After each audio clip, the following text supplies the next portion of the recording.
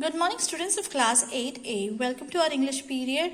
Today let us start with a very beautiful, very nice, very sensational story named as The Happy Prince. Children, let me tell you, this story is about a prince who was very kind, very compassionate, very helpful towards his city, towards the subjects of his kingdom. Not only when he was alive, but also he remained the same at heart after his death. How do we come to know that he was the same even after his death? Because we have always seen that there is no life after one's death. Do we see the person again after he is dead? We don't. But in this story, it tells that the prince who was dead, comes back. He's said to have life, or his soul is seen to be there in the statues which was erected in his statue. He was such a loving person that after his death, his subjects, his people in the kingdom decided to erect his statue in the middle of the city so that they remember him for ages. Also, the coming up generation comes to know or learns about this happy prince. So children, he remained the same even after his death.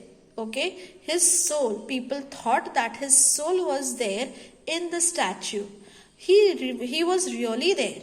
His soul was really there in the statue. He was so concerned even after his death that he found out ways to help all the needy people in his kingdom.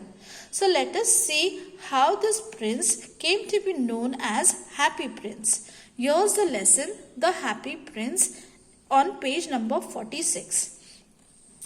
The Happy Prince. The statue of the Happy Prince stood high above the city. It was covered with gold. Its eyes were bright blue jewels, and a red jewel hung from its waist. Everyone thought that it was very beautiful. As I said, children, the people decided to build a statue of the Happy Prince in the middle of the city. It was tall, it was beautiful. Why do we say that the statue looked beautiful? Because of his bright blue eyes, because it was completely covered with gold. And also there was a red jewel which was hanging from its waist. Why aren't you like the Happy Prince? Mothers said to the little boys when they cried. Sad men looked at the statue and said, I am glad that someone in the world is happy. Whom are they talking about? Who is the someone in the world who was happy? It was the prince, the Happy Prince that they were talking about. One night, a little swallow flew alone over the city. Swallow is a kind of a bird. It looks like a sparrow, a little bigger than the usual sparrow that we see. His friends had gone away, but he had stayed behind for 6 weeks. Where can I stay tonight? He thought. Then he saw the statue. I will stay there, he thought. It is high up, so there is plenty of fresh air. Who said like this to whom? The swallow said to himself. The swallow bird did not go along with his friends. We know, children, that birds are migratory. They keep on migrating. That is, they travel from one place to another. They stay for a couple of days, weeks or months depending upon their suitable climate. And then afterwards they fly to another suitable climatic place or region. So the swallow bird's friends had already gone and he had stayed back. For how long had he decided to stay back? He had decided to stay back for 6 weeks. So now he was all alone by himself. The question that came to his mind was, where will he stay that night? And he saw a statue. He decided to make up his shelter near the statue. And he also said that it was a nice place, it was a very good place for him, for he would have or he would breathe in plenty of fresh air if he got the shelter or took the shelter at the statue. He landed between the feet of the happy prince. I have a golden bedroom, he thought. But as he put his head under his wing, a large drop of water fell on him. So finally, the swallow bird made up his mind and he flew to the statue of the happy prince. And he slept there on the base. Now he thought that this is a golden bedroom. Why did he say like this? Because we already came to know about the description of the statue in the first paragraph. The statue was completely covered with gold, and therefore the swallow bird said to himself that he had a golden bedroom. But then, as he had decided, or as he was ready to go to bed, a large drop of water fell on him. Did it rain? Let us see what happened. He looked up. That is strange, he thought. There is not a cloud in the sky, but it is raining. So he wondered that although there were no clouds in the sky, but then how did it rain? Then another drop fell. I cannot stay on a statue that does not keep me dry, he thought. I must find another place. And he decided to fly away. But as he opened his wings, a third drop fell. He looked up and saw. Ah, what did he see?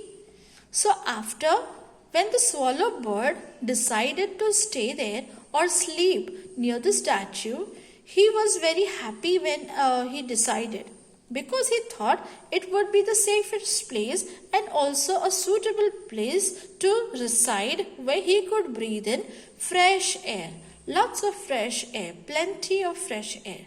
But what had happened later as he made his bed? He experienced some water droplets on him, one after the other. Was it raining? No, it wasn't. Then what was it? Let us see what he saw. Thinking that it was raining. Was it really so? No. Then what? The eyes of the happy prince were full of tears. Tears rolled down his golden face. The face was very beautiful in the moonlight, and the swallow felt sorry for him. So then, finally the swallow bird realized. He learned from where the water droplets came down on him.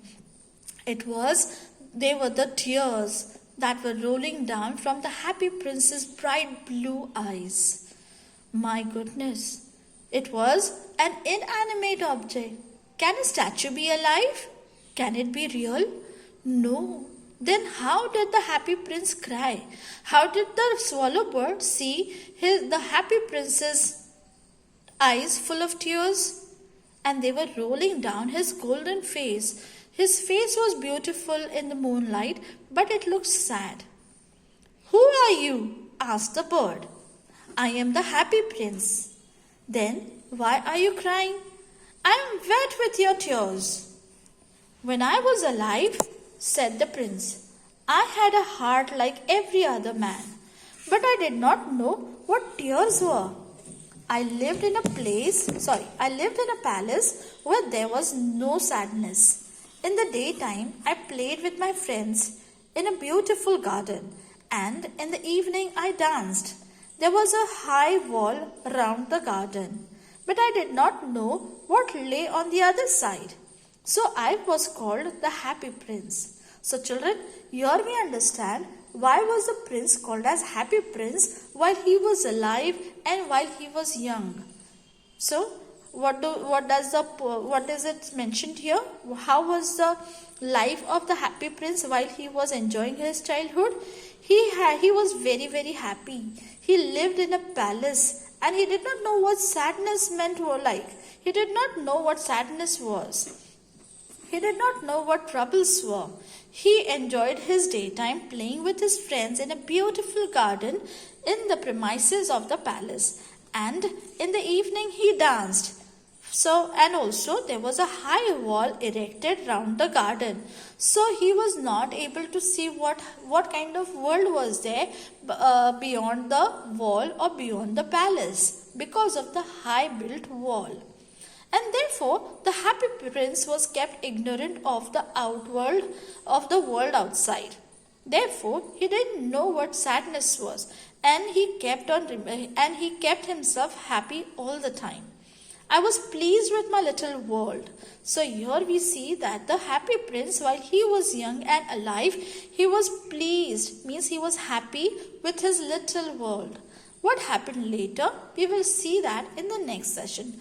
Please listen to this audio and try to understand. Frame questions that would give answer to one sentences. Okay? And so see you in the next session. Till then, goodbye. Thank you.